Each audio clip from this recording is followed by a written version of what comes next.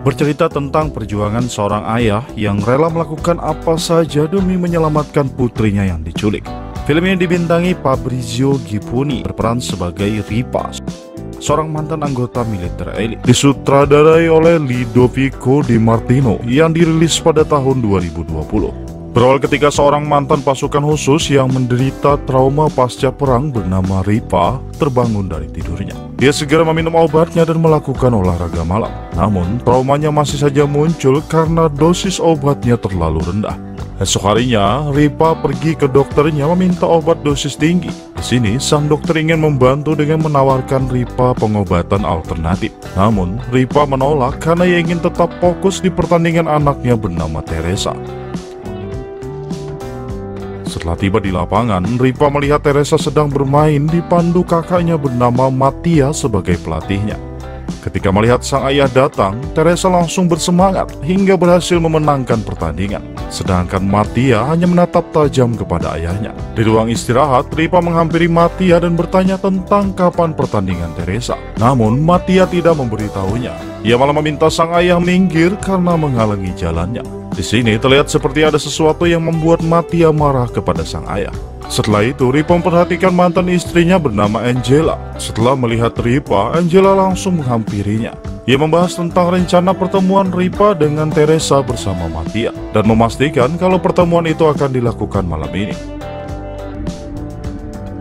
Malam harinya, saat mereka sedang bersiap, Mattia mempertanyakan apakah ini hanya makan malam untuk bisnis. Sang ibu tidak menjawabnya. Dia hanya memberikan uang kepada Mattia dan memintanya membelikan makanan penutup untuk Teresa. Ketika Mattia bersama Teresa berangkat, terlihat ada yang mengawasi mereka saat keluar pintu gerbang. Sedangkan Ripa mempersiapkan makan malam hingga membuat jarinya terluka.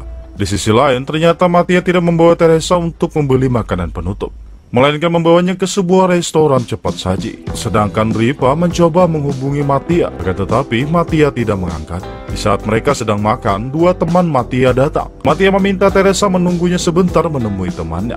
Tanpa sengaja, Mattia terus mengobrol bersama teman-temannya hingga melupakan adiknya. Saat Mattia kembali, ternyata Teresa sudah menghilang. Pelayan di sana mengatakan kalau ia melihat Teresa dibawa pergi seseorang menggunakan mobil jeep.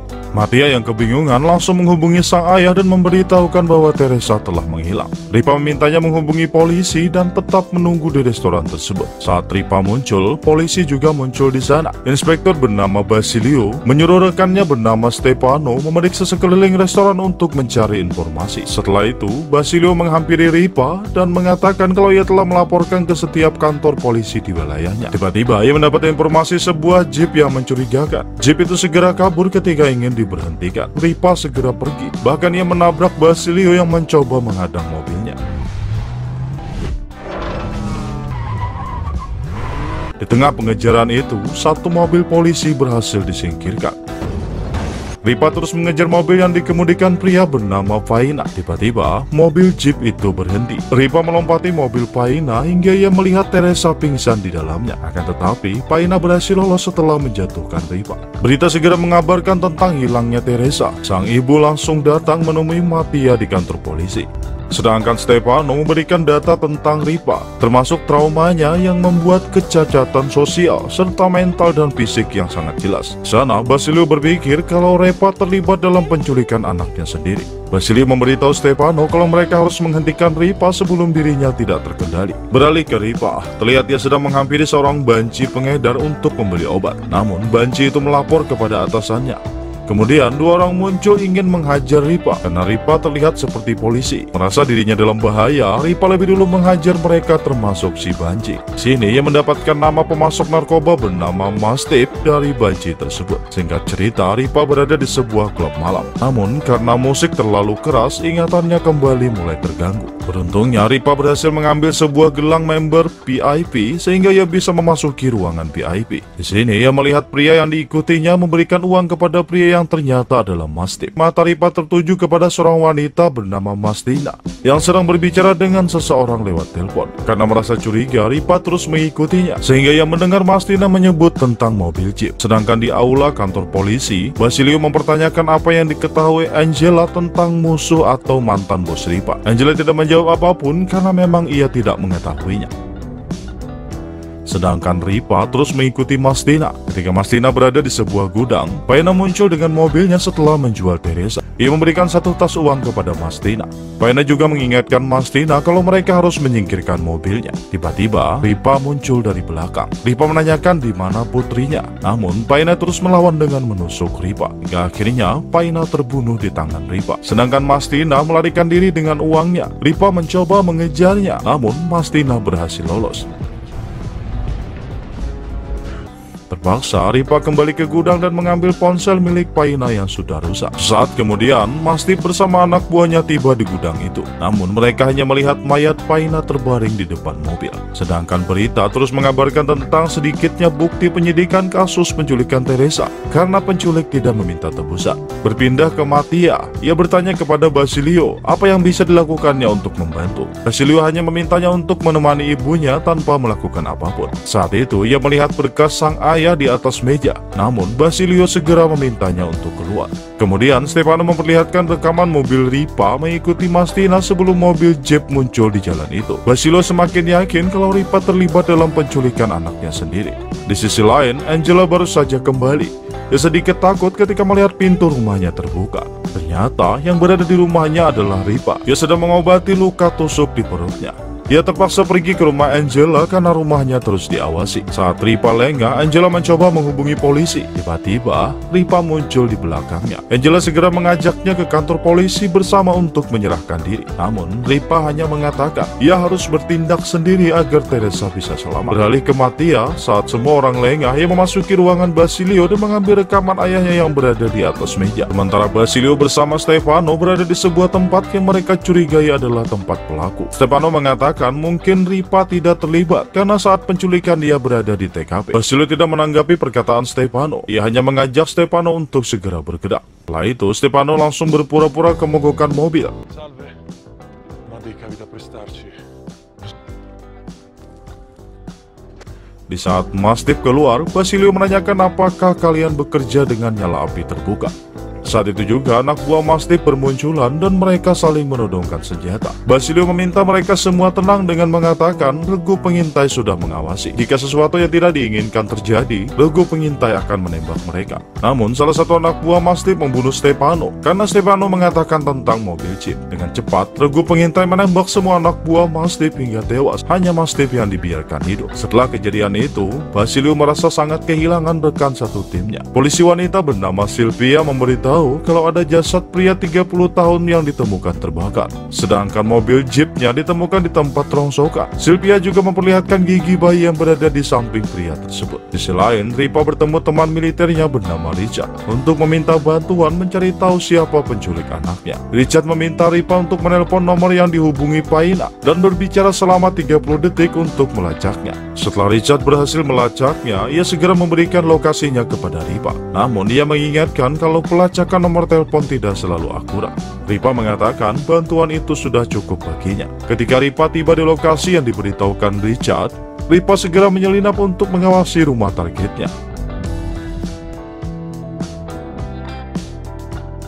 Setelah berhasil masuk, Ripa mendengar nama Mojad yang disebutkan Mastina. Di sini, Mojad langsung membunuh Mastina karena telah mempermalukannya di depan klien. Setelah itu, Mojad memerintahkan anak buahnya melenyapkan mayat Mastina dan Teresa. Tiba-tiba, rekannya bernama Ivan menghubunginya, memintanya membawa Teresa untuk bertemu dengannya. Dengan tersenyum, Mojad segera meminta anak buahnya membawa Teresa ke hadapannya. Saat anak buah Mojad keluar, Ripa langsung bersembunyi, dan di sana ia melihat Teresa. Setelah melihat ayahnya, Teresa segera berpura-pura ingin ke kamar mandi. Ketika Ripa ingin menyelamatkan Teresa, anak buah Mojad langsung menghajarnya. Sini, Ripa terus melawan dan berhasil mengalahkan beberapa musuh.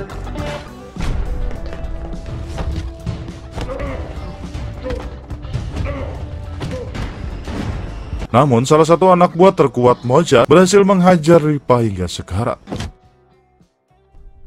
Berpindah ke Mattia, ia sedang melihat rekaman ayahnya saat mengundurkan dirinya dari jabatannya. Di rekaman itu, Ripa mengatakan kalau mereka ingin mengorbankannya bersama rahasia negara. Melihat ayahnya di rekaman itu, Mattia mulai paham bagaimana perjuangan sang ayah untuk kembali pulang demi bertemu anak-anaknya. Terlihat penyesalan di mata Mattia karena selama ini ia menganggap sang ayah tidak peduli. Di sisi lain, Angela diberitahu tentang Ripa yang sekarat. Setelah tiba di rumah sakit, Mattia memberitahu ibunya mereka tidak bisa menjenguk sang ayah sebelum Basilio datang. Mendengar itu, sang ibu mulai menceritakan saat pertemuan pertamanya dengan sang ayah. Namun setelah pulang dari misi, Ripa berubah. Ia menjadi sangat emosian karena traumanya. Sejak saat itu, Ripa meninggalkan rumah atas kehendaknya sendiri untuk menghindari konflik dengan keluarganya. Setelah itu, Mattia memohon kepada penjaga bernama Petrasi agar memperbolehkannya masuk untuk melihat keadaan sang ayah. Setelah diperbolehkan masuk, Mattia memberitahu tentang mayat anak kecil yang ditemukan. Namun, Ripa meyakinkan bahwa Teresa masih hidup sebab ia melihatnya sendiri di rumah Mojad. Setelah itu, Ripa meminta bantuan Mattia mengambilkannya penjepit kertas untuk membuka borgol.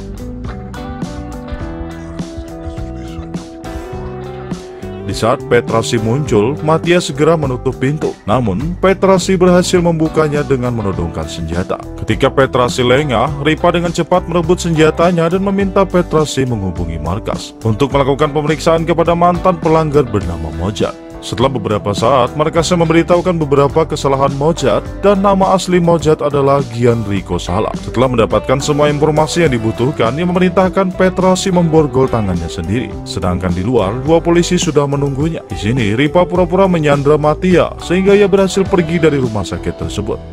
Singkat cerita, Ripa memerintahkan Mattia untuk menghubungi polisi dan memberitahukan di mana keberadaannya. Setelah mendengar perkataan ayahnya, Mattia mengatakan hari Minggu adalah pertandingan Teresa. Ia meminta ayahnya kembali sebelum pertandingan. Berpindah ke Mojad, terlihat ia berada di tempat spa miliknya yang sudah bangkrut. Beberapa saat kemudian, Ipan muncul untuk mengambil Teresa.